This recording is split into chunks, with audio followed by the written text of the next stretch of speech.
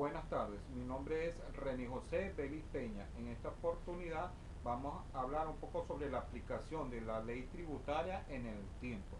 Toda ley tiene un tiempo determinado, ya sea para su aplicación o derogación. Lo indica ella misma desde el momento de ser promulgada, como lo establece el artículo 174 de la Constitución de la República Bolivariana de Venezuela. Y si no lo estableciera, se aplicaría al término de 60 días continuos, y este artículo va concatenado con el artículo 8 del Código Orgánico Tributario. Un ejemplo sería que una persona tiene que pagar sus impuestos de acuerdo con la ley que esté en vigencia en ese tiempo.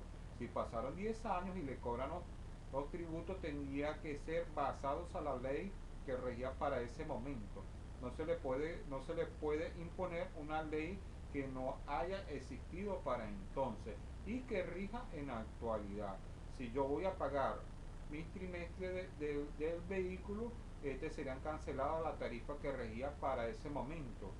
De dejarlos de pagar sería acumulativo por año y cambiarían de acuerdo como haya sido derogada o reformada la ley tributaria. La aplicación de la ley tributaria en el espacio este, está, de, está definido por el principio de territorialidad de la ley, aceptado universalmente, que se trata de evitar la doble tributación.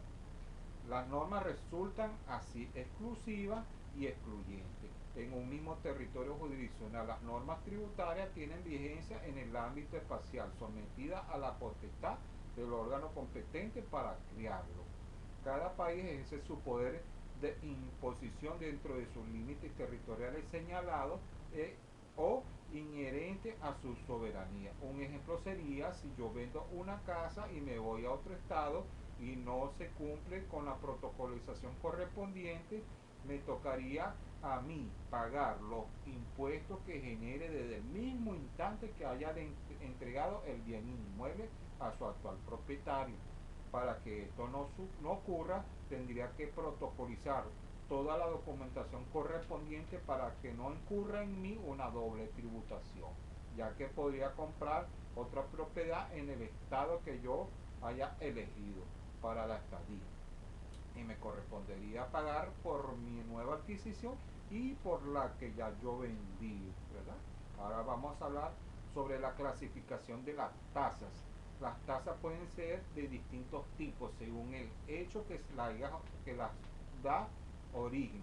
Sin embargo, las más comunes son las tasas por la prestación de servicios públicos, las tasas judiciales y las tasas que exige el Estado en virtud de poder de policía administrativa.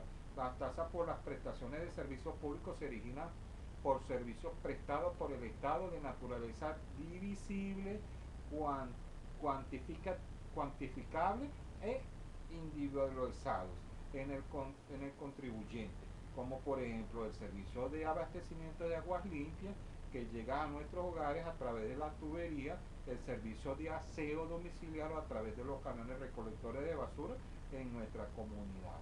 Las tasas las tasas judiciales se originan por servicios prestados por el Estado en el campo jurídico y entre las cuales se distingue la jurisdicción civil contenciosa, como por ejemplo los juicios civiles propiamente dichos, comerciales, rurales, mineros, entre otros.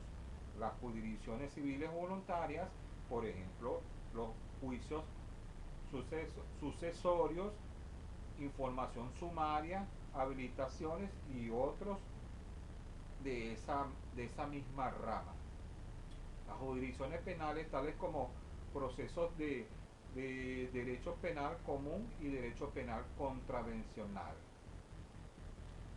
Las tasas de poder de policía administrativa del Estado se originan por varias circunstancias, entre las cuales se destacan contraprestaciones por la concesión de licencias o autorizaciones, como por ejemplo licencia de establecimiento de licores, tasas administrativas como son las que se derivan del conceso y la legalización de documentos, o por certificaciones o autenticaciones, por ejemplo, certificado de título de estudios y registros de empresas, partidas de nacimiento, legalizaciones de título de propiedad como de vivienda, locales comerciales, terreno, finca y otros que podrían estar en la misma rama, ¿verdad?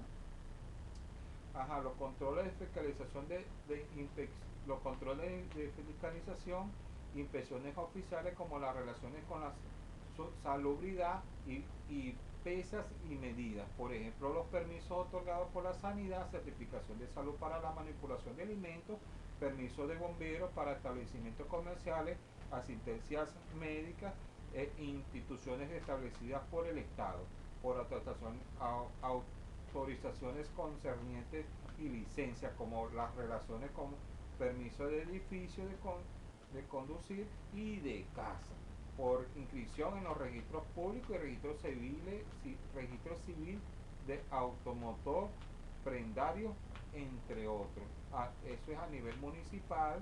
Se aplican tasas por licencia para ejercer actividades económicas y para el expendido de licores, que tengo que pagar la licencia para obtener un permiso. Si yo quiero tener una licorería, tengo que solicitar la licencia debidamente y pagar esas tasas. Ajá. Ahora vamos a hablar los tipos de impuestos en Venezuela. Uno de los más conocidos es el impuesto sobre la renta, el ISRL, que se recae sobre sociedades civiles y personas naturales. Este impuesto lo paga se le paga al Estado anualmente. Cuando yo efectúo la declaración jurada en el CNA, esto me cobra un porcentaje que se devuelve al Estado por las ganancias obtenidas durante un año. El impuesto de valor agregado, el mejor conocido como el IVA, es cancelado indirectamente al comprar cualquier artículo. Yo lo ya he incrementado en el precio de la adquisición. Yo compro un refresco y se lleva su IVA, porque ahora vale 8 bolívares, le ponen 2 céntimos adicionales, un porcentaje adicional para completar nuevos 10 bolívares, pongamos un ejemplo así, y ese IVA va incluido ya.